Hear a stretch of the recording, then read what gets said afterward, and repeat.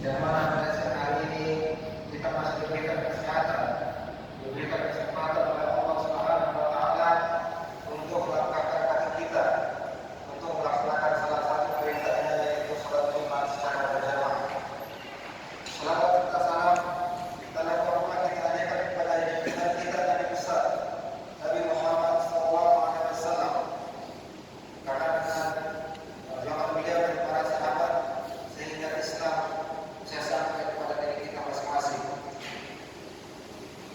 Di atas mimbar ini, khatib secara pribadi berwasiat kepada diri sendiri dan kepada para jemaah sekalian untuk senantiasa meningkatkan takwa kita kepada Allah Subhanahu wa taala dengan takwa yang sebenar-benarnya takwa, dengan menjauhi segala apa yang dilarang oleh Allah Subhanahu wa taala dan menjalankan apa yang diperintah oleh Allah Subhanahu wa taala.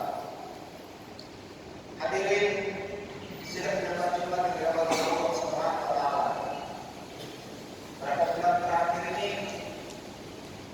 saudara-saudara kita yang ada di Palestina diserang, tempur, dibantai oleh Zionis Israel. Sudah belasan ribu yang meninggal dunia, puluhan ribu yang luka-luka, terdiri dari anak kecil, bayi, sampai orang tua. Bahkan rumah-rumah mereka juga dihancurkan dan rumah sakit juga mereka hancurkan. Mereka bantai saudara-saudara kita yang ada di Palestina dengan tanpa kemanusiaan.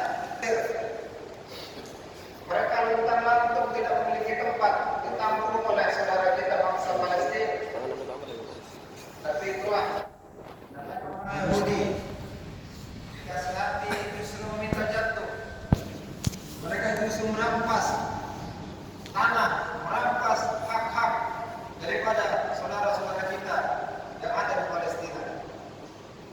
Hadirin sekalian jemaah Jumat yang dirahmati Allah Subhanahu wa taala. Siapa sebenarnya Zionis Israel yang saat ini sedang menjajah saudara-saudara kita yang ada di Palestina? Al-Qur'anul Karim, kitabnya orang Islam, dalil mutakin, petunjuk bagi orang-orang yang bertakwa.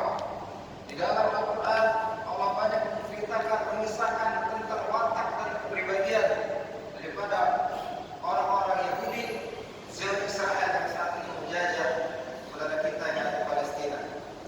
Di dalam Al-Quranul Karim, surat Al-Maidah ayat 82, A'udzu billahi minasyaitonir rajim. Bismillahirrahmanirrahim. La tajidanna asyaddan nasi 'adawatan lil ladzina amanu al-yahuda wal ladzina asyraku. Yang artinya, sungguh engkau dapati orang-orang yang paling keras permusuhannya kepada orang-orang beriman adalah orang-orang Yahudi dan orang musyrik. Al-Quran menjelaskan, menginformasikan kepada kita bahwa orang-orang yang permusuhannya paling keras terhadap orang-orang Islam adalah orang-orang Yahudi.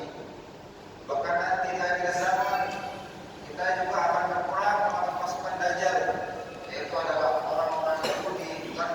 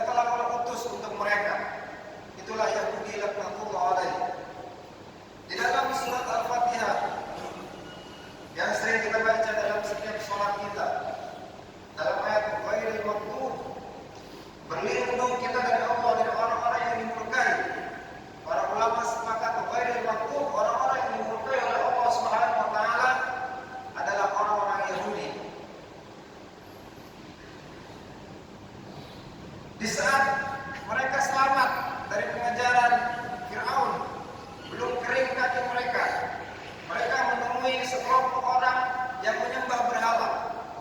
Dan mereka mengatakan kepada Nabi Musa, "Ya Musa, kami ingin juga dibikinkan berhala patung-patung supaya ada sesembahan seperti mereka." Padahal mereka baru saja selamat dari pengajaran Fir'aun. Mereka sudah meminta dibikinkan berhala oleh Nabi Musa. Tidak sampai di situ. Di ayat Al-Baqarah ayat 55-nya, "Wahai Musa, kami tidak akan beriman kepadamu sebelum kami melihat Allah dengan jelas." Padahal mereka baru saja menyaksikan bagaimana lautan terbelah, bagaimana tongkat dilempar bisa berubah menjadi bulan. Mereka saksikan pembesaran Allah Subhanahu wa taala melalui mukjizat Nabi Musa. Tapi itu tidak membuat mereka juga beriman. Kita bandingkan dengan kita umat Nabi besar Muhammad SAW. Kita tidak pernah bertemu Nabi kita. Kita tidak pernah juga meminta bertemu dengan Allah. Tapi kita percaya dan yakin apa yang dibawa oleh Nabi kita Muhammad SAW. Ketika pengajaran itu selesai, mereka akan hijrah ke Palestina. Mereka kepanasan. Allah naungi mereka dengan awan. Ketika mereka kelaparan, Allah turunkan juga makanan dan minuman langsung dari langit, manna wa salwa. Sudah diberikan makanan langsung dari langit, apakah mereka puas? Tidak. Di dalam surat Al-Baqarah ayat 61-nya mereka bertanya lagi kepada Musa, "Ya Musa, kami bosan dengan makanan yang ini saja." Padahal sudah dikirim makanan oleh Allah Subhanahu wa taala langsung dari surga. Tapi mereka mengatakan, "Saya bosan dengan makanan yang ini saja. Kami minta bawang putih, bawang merah, dan sayuran-sayuran yang lain." Bagaimana lihat karakter dan watak orang-orang Yahudi yang kurang ajar dan serakah. Dan yang paling terakhir adalah ketika mereka disuruh masuk di kota Palestina. Ketika mereka disuruh berjihad masuk ke Palestina, diabadikan di dalam Al-Quran Karim. Mereka tidak mau dan menentang, bahkan mereka mengatakan kepada Musa, "Fadhhab anta wa rabbuka faqatila inna hauna qaidun." Pergilah engkau Musa berdua dengan Tuhanmu. Kami di sini menunggu.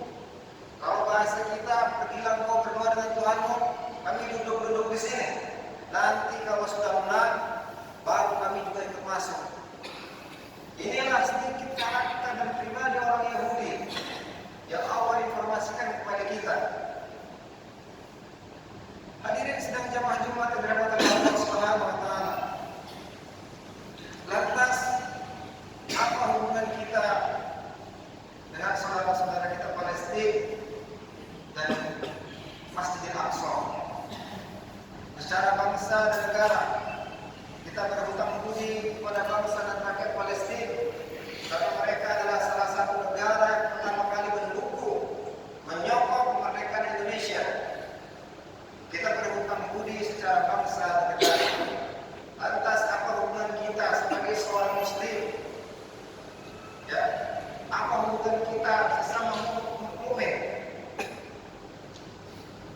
Palestina atau Syam, bumi Syam adalah negerinya para nabi. Nabi Ibrahim alaihissalam hijrah dari Babilonia, Afghanistan menuju Palestina. Nabi Musa hijrah dari kejaran Fir'aun menuju Palestina. Dan Isa alaihissalam lahir di Palestina. Nabi Ismail, Zakaria, Yahya, ini adalah negeri yang dirahmati, yang diberkahi oleh Allah Subhanahu wa taala karena di situ banyak para nabi. Kemudian bagaimana hubungan Masjidil Aqsa dengan Nabi kita Muhammad SAW? Di Masjidil Aqsa, Nabi kita Muhammad SAW mengimami seluruh para nabi. Dari zaman Nabi Adam sampai Nabi kita Muhammad SAW, Rasulullah mengimami Nabi seluruh para nabi itu di Masjid Al-Aqsa di Palestina. Masjid Al-Aqsa adalah kiblat umat Islam pertama kali. Sebelum kiblat kita di Masjidil Haram, umat Muslim itu kiblatnya di Masjid Al-Aqsa selama 16 bulan. Dalam hadis lain yang diriwayatkan oleh Bukhari dan Muslim, Abu Dzar Al-Ghifari pernah bertanya kepada Rasulullah SAW, "Ya Rasulullah, apakah masjid yang pertama kali dibangun di muka bumi ini?" Rasulullah menjawab, Masjidil Haram. Kemudian apa lagi ya Rasul? Kemudian Rasulullah SAW menjawab, Masjidil Aqsa. Dan jarak di antara keduanya itu 40 tahun. Jadi Masjidil Aqsa adalah satu di antara dua masjid yang pertama kali dibangun di muka bumi ini. Dalam hadis lain Bukhari dan Muslim, tidaklah ditekankan untuk bersafar atau berjalan yang jauh untuk mengunjungi 3 masjid. Pertama adalah Masjidil Haram, kedua adalah Masjidku, Masjid Nabawi, dan yang ketiga adalah Masjidil Aqsa. Bahkan di dalam Al-Quran Al-Karim, Allah abadikan Masjidil Aqsa dalam sebuah peristiwa besar, peristiwa Isra dan Mi'raj, peristiwa di mana Nabi kita mendapatkan perintah salat langsung di langit. Di dalam Al-Quran surat Al-Isra ayat 1, A'udzubillahi minasyaitonir rajim. Bismillahirrahmanirrahim. Subhanalladzi asra bi 'abdihi lailan minal masjidil haram ilal masjidil aqsa alladzi barakna hawlahu. Maha suci Engkau Allah yang telah menjalankan hamba-Nya pada malam hari dari Masjidil Haram ke Masjidil Aqsa dan yang diberkahi sekelilingnya. Hadirin sidang jamaah Jumat yang dirahmati oleh Allah Subhanahu wa taala. Masjidil Aqsa adalah tempat suci orang Islam. Palestina adalah salah satu tempat yang diberkahi oleh Allah Subhanahu wa taala dan ada hubungannya dengan kita sebagai seorang muslim. Untuk membela Palestina ada sebuah ungkapan yang mengatakan untuk membela Palestina tidak harus menjadi muslim, cukup menjadi manusia yang memiliki hati nurani. Untuk membela Palestina cukup menjadi manusia yang berkepribadian. Mengapa begitu? Bisa kita lihat negara-negara barat yang pemerintahannya terang-benderang mendukung dan menyokong Zionis Israel. Bisa kita lihat rakyat-rakyat yang pada turun di jalan membela Palestina karena mereka memiliki hati nurani dan mereka tahu siapa sebenarnya yang menjajah dan siapa yang sebenarnya terjadi. Hadirin sidang jamaah Jumat yang dirahmati Allah Subhanahu wa taala. Apatah lagi kita sebagai seorang muslim? Innamal mu'minuna ikhwah. Sesungguhnya orang mukmin itu bersaudara. Dalam sebuah hadis Rasulullah SAW bersabda, perumpamaan antara seorang muslim dan muslim yang lainnya itu seperti satu tubuh. Apabila anggota tubuh lain terluka, maka seluruh tubuh ini merasakan demam. Seluruh tubuh ini merasakan sakit. Mari kita bayangkan dan kita rasakan penderitaan saudara-saudara kita yang ada di Palestina. Saat ini rumah mereka dihancurkan, sekolah-sekolah anak-anak mereka dihancurkan, bahkan rumah sakit dihancurkan, bantuan-bantuan diblokade, tanah mereka dirampas. Itulah yang dirasakan oleh saudara-saudara kita yang ada di Palestina. Permasalahan Palestina bukanlah permasalahan orang Palestina saja, tapi ini adalah permasalahan umat Islam secara umum dan pribadi kita secara khusus sebagai seorang muslim. Salah satu wasiat Umar bin Khattab radhiyallahu anhu ketika melakukan Palestina, saat itu ketika kunci diberikan oleh pendeta, kemudian Umar bin Khattab disambut oleh para sahabat dan kaum muslimin saat itu. Umar bin Khattab berwasiat dan berkata kepada kaum muslimin, "Wahai kaum muslimin, ini kunci Palestina, ini kunci Masjidil Aqsa, aku serahkan kepada kalian orang muslim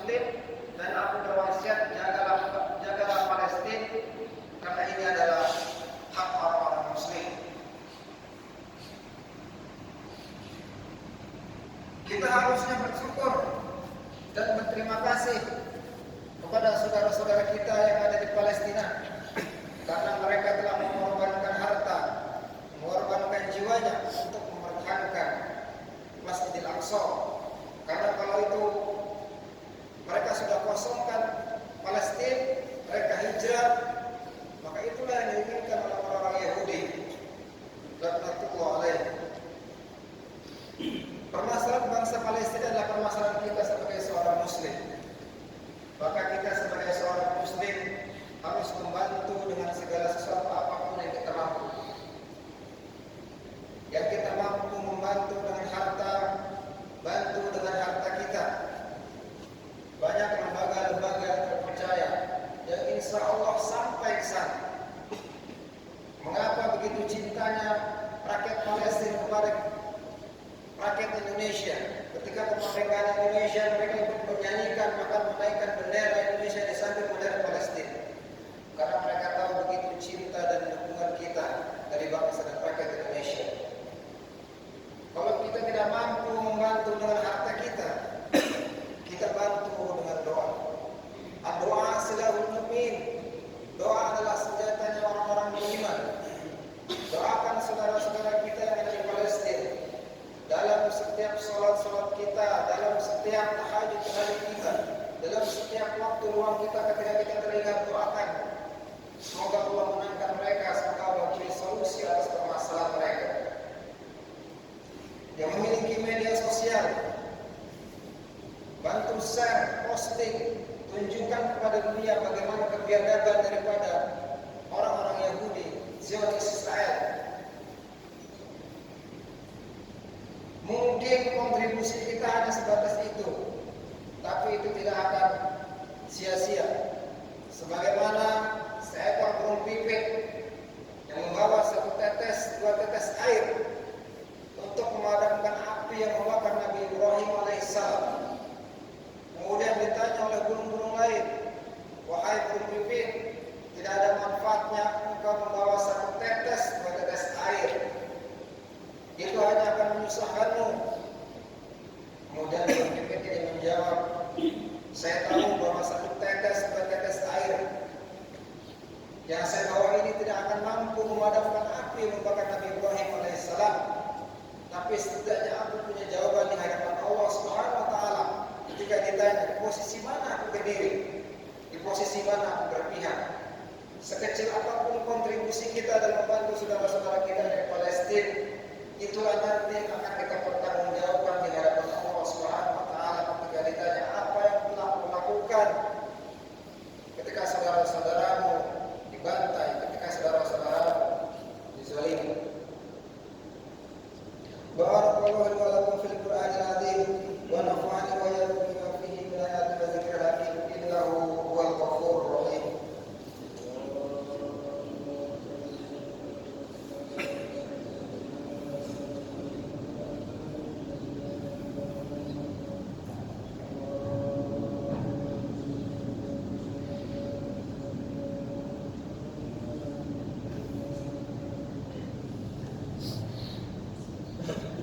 Alhamdulillahirrahmanirrahim. Assalatu wassalamu ala asrafil anbiya'i wal mursalin wa ala alihi wa ashabihi rasulillahi ajma'in. Wa ya ma'asyiral muslimin, ya ayyuhalladzina amanu taqullaha haqqa tuqatih wa la tamutunna wattaqullaha innallaha khabirun bima ta'malun. Faqala ta'ala wa lam yazal qa'iman 'aliman innallaha wa malaikatahu yusalluna 'alan nabi ya ayyuhalladzina amanu sallu 'alaihi wa sallimu taslima.